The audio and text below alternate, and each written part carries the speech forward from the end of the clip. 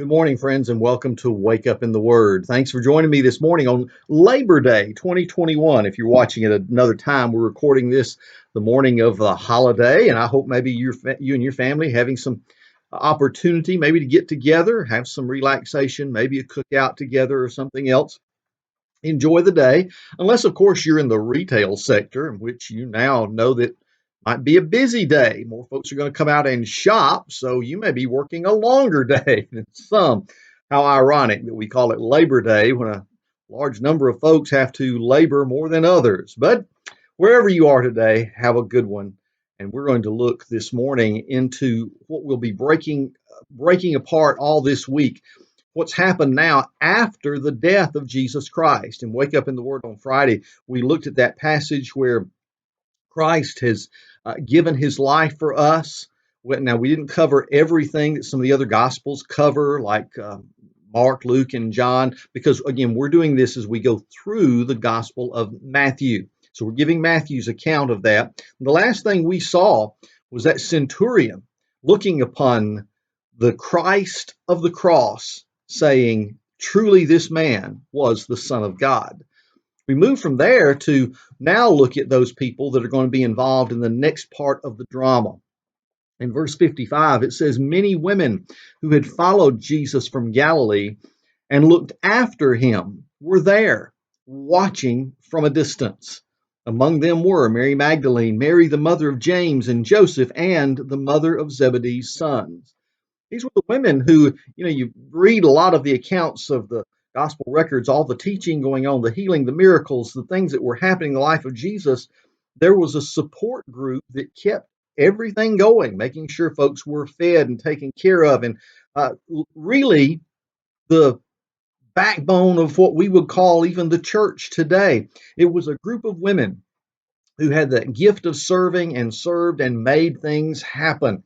Yeah, sometimes it was the guys that seemed to be center stage in what was taking place. But without these women, I mean, what would we be doing? That's why Jesus recognized them so often. And in particular, I think it's one of the reasons why he has set up this scenario as to the first women that are a part of this group become the first witnesses of the resurrection. So in the next verse, in verse 57, it says, when it was evening, a rich man from Arimathea named Joseph came, who himself had also become a disciple of Jesus. So here we are, more followers of Jesus, including this rich guy. Whether rich or poor, whatever your background, all can become followers of Jesus. Joseph of Arimathea approached Pilate in the next verse and asked for Jesus' body. Then Pilate ordered that it be released. So Joseph took the body, wrapped it in clean, fine linen, and placed it in his new tomb, which he had cut into the rock. He left after rolling a great stone against the entrance of the tomb. Mary Magdalene and the other Mary were seated there facing the tomb. So here's the setting Matthew wants to portray for you. These faithful women were there to see Jesus die. These faithful women had been there to watch Joseph and perhaps many of the folks of his household, maybe his servants and others, prepare the body of Jesus for burial, maybe even participate in some of that, and to bury him in this tomb. We'll get into those details later, but what I want you to focus on right now is the fact that Jesus has died. The sacrifice has been made. The blood has been shed. Although these folks didn't quite understand the implications of that yet, we do here on the other side of the resurrection and the eons of the growth, expansion of the church, getting almost back around to the time where Jesus is going to return to establish his kingdom. So we understand a lot more than they did then. But suffice it to say, they've watched one of the most horrendous things ever take place.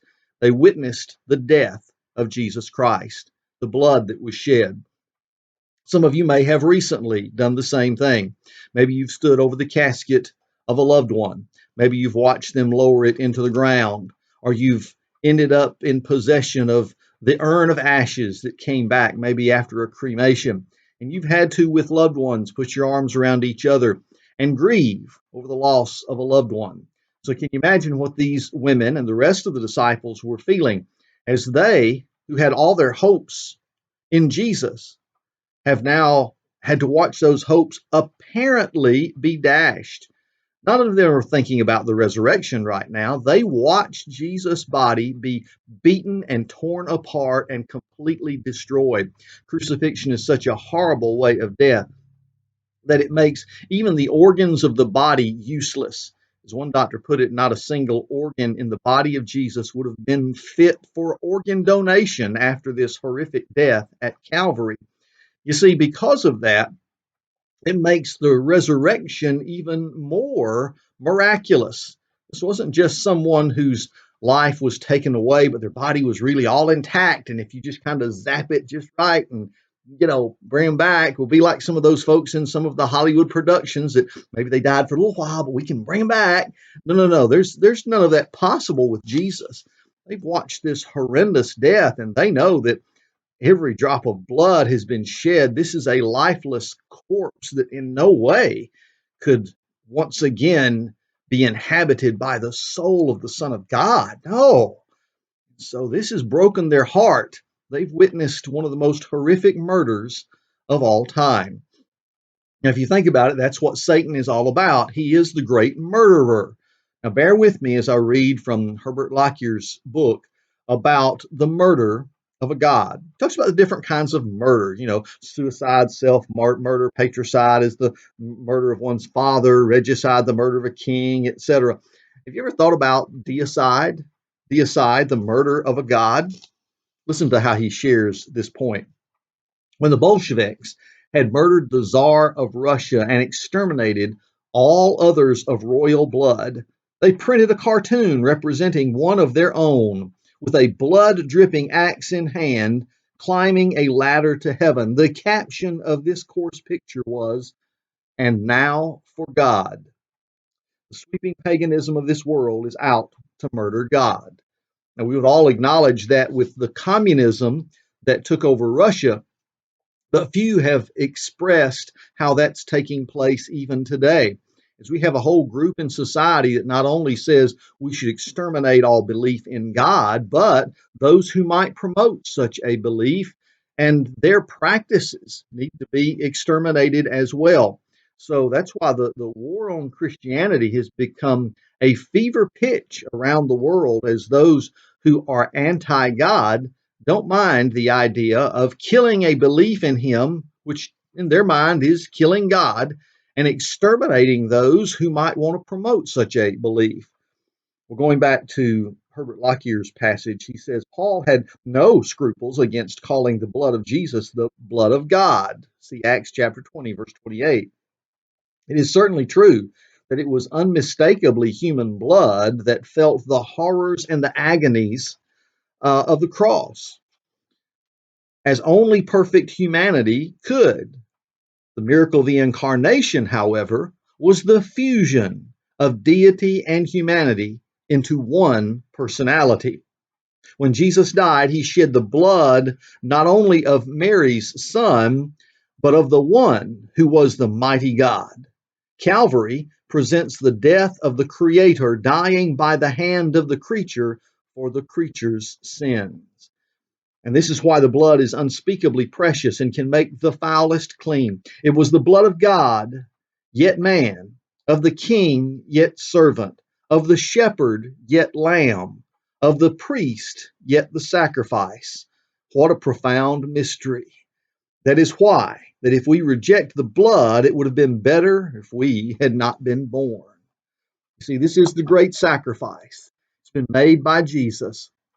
And as we look at what's going to happen next, he's going to suddenly open the mysteries of life itself, of heaven itself upon us, and we will realize what right now is totally hidden to the disciples and to these grieving women.